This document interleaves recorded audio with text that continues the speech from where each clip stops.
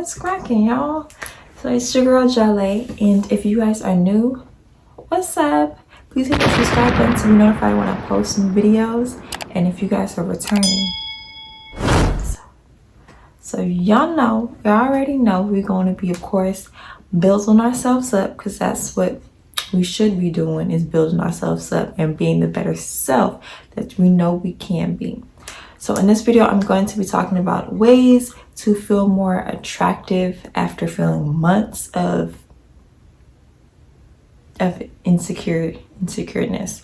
Because I know during this COVID, we kind of went a little mind crazy. Because I know I have went a little, crazy a little bit for a split second, aka a few months. But I know everyone goes through, they down bad days and whatnot. But we are going to build ourselves back up to where we were before, or if you weren't there before, we're gonna get there. But yeah, I don't know about y'all, but when I see someone who's feeling confident and loving their skin, I find them extremely sexy as I don't know what. So, so this is here for all the men and women. You guys both y'all can watch this and learn something and build yourselves up and be the better you that you can be. So I just want to give you 3 smaller everyday tips that you guys should do first, and then I'm gonna go into my 5 tips that y'all will be making yourself feel attractive.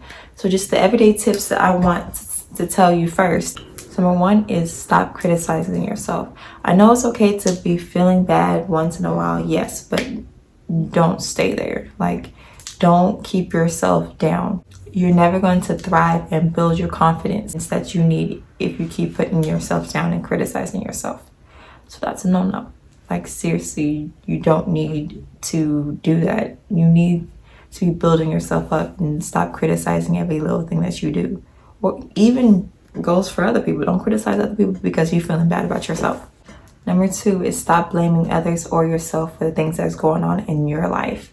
It is not no one's fault, and sometimes it may be your fault, but you got to take ownership. Even if it is someone else's fault, take ownership that you let that person into your life, to let that happen to you. Because it's easy to pass blame on other people for things that's happening to you, and things that are happening to you, and it is your fault. Don't be so harsh on yourself. Your bed now, you gotta lie in it, but you also can get up out that bed, fix it up, and go out and be you, and have at least a nice day, a beautiful day, and then come back, fix it. You can still fix it. It's not like something that's permanent. But I want you to stop blaming yourself, because today you're going to change your mindset and change the way you're thinking about things that happen or is going through your life. You want to be positive and not have a victim narrative. We're not going to be playing victim or damsel in distress. No, we're gonna be our own knight in shining armor. Number 3 is stop overthinking what people think about you. You're never going to be that attractive, sexy baddie I know you can be if you keep thinking about what other people are saying. Because I know I've said this before, and I'm gonna say it again. Don't listen to what no one says about you. It only matters of what you feel and how you see yourself. That's it. Nobody else. You are beautiful and smart and special, and no one else can take that from you. Okay? Remember that. Those 3. Always remember. Every day. Do those 3 things every day. Or at least think about those 3 things every day. You're step closer every day of being that better you that you know you can be. So please, if you don't take anything from what I'm about to tell you for my next 5 steps, at least do those 3 things every day. But let's get into my 5 steps. So step 1 is a mini makeover. Because when you get all pretty and you look all good, you feel more sexy, more confident. Oh, look at me, I look so good. Yes. When you feel pretty, you don't be feeling yourself. Like you be looking in the mirror like, hey, I look good, you know. And when you want it, because when you do a mini makeover and change your look, every year people should be revamping their look at least a little bit, like whether it's changing your hairstyle, whether it's just changing the way you do your makeup. Just something, just a small mini makeover. Like for me, I always liked to change my hairstyle because I used to dye my hair heavily. I've been a redhead, I've been a blonde, a honey blonde, I've been purple, I've been green. I had many hairstyles, many hair colors, and in every last one of them I felt beautiful, I felt amazing. So you guys can change at least something that will make you feel confident in your skin. Right? You can go shopping and just do a little shopping spree and just get small, different type of dress. If you're not a dress person, still go get a dress and see how you feel after that. If you are a dress person, go get some pants, some shorts. Do something different. Do something small. It doesn't have to be major. It doesn't have to be, whole thing of makeup, because a whole makeover is flipping your life upside down. You don't need to do that, because I know not a lot of people have a lot of money to do that. If you want to, go right ahead. But if you don't have the money to do that, you can just do a small one. So you can do any type of makeover. You can do a hair makeover. You can do a makeup makeover. You can even do a mental makeover. Because like if you're feeling a lot of self-doubt, take a risk. Do something that's out of your comfort zone. Like for me, I've always had the issue with stage fright. Every day I try to step out my comfort zone and going out and talking to people, even people I don't know, just introducing myself. And it's just real simple. Just take a risk and do something that you are not comfortable doing. That's in a reasonable reason to, because some people will be taking that too crazy with it. But just take a risk on something that you don't really, and it could be as small as just going to take a walk, just to walk around your block or walk to the park, or just something simple. So I know we all been trapped up in the house and not a lot of places to go, but they are starting to open stuff up. But you gotta have, that card. Y'all know what card I'm talking about.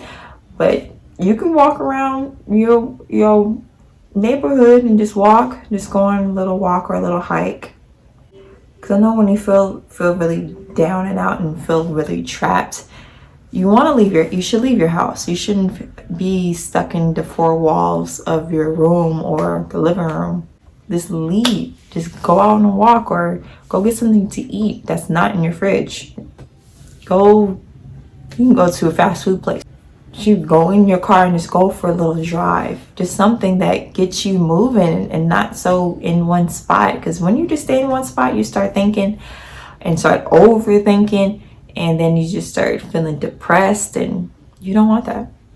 Because that's not a great feeling, to start being in your head and start overthinking about things that coulda, shoulda, woulda, or what ifs.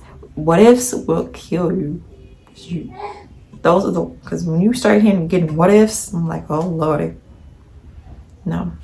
So just branch out, step out. Number 2 is stop dressing like a mess. Like, come on. Like, no. I know we're at home, but stop wearing that shirt that has a whole bunch of food on it from all the food meals that you've been eating for a week. No. Go get in that shower. Take a nice hot steaming shower, or even a nice relaxing bath, and put something cute on. I know people have been working from home. Wear some cute pajamas at least. Do a little bit of your makeup. You don't have to do, full course everything. Just do something small. Like you can just put some foundation on. Just do something, that makes you look cute. Whether it can just be cute, some cute pajamas, just cute yoga wear. Just something that's comfortable and cute. Because when you just wearing some dirty old shirt or dirty old pants, you gonna feel a little icky. So, but when you put something cute on, that makes you feel good. But sometimes I know we don't prioritize getting dressed up at home, just to sit on the couch and just do work. You can still look cute and do it. Because lately I've been working from home because I have a 7-month-old son now, and I know I'd be feeling a little down and out because I'm wearing the same pajamas and have a whole bunch, baby jewel all on me. But once I hop in that shower and refresh myself and get all cute, I'll be feeling much better and I'm ready to tackle the rest of the day. Like, because when you're just sitting in some clothes that that is dirty, you're going to start to feel it. And you don't want that because you're going to be continuously, it's going to be hard to get out of that feeling. Because you're not going to want to get up and get in that shower and get dressed. You're going to be like, and you're going to turn lazy. And we don't want no lazy people here. No more laziness. Get that lazy mentality out your head. This next is healthy routines. It's simple as making sure you go to the gym every day or every other day. As long as you have a routine of you going to the gym, and like making sure you make yourself a healthy meal.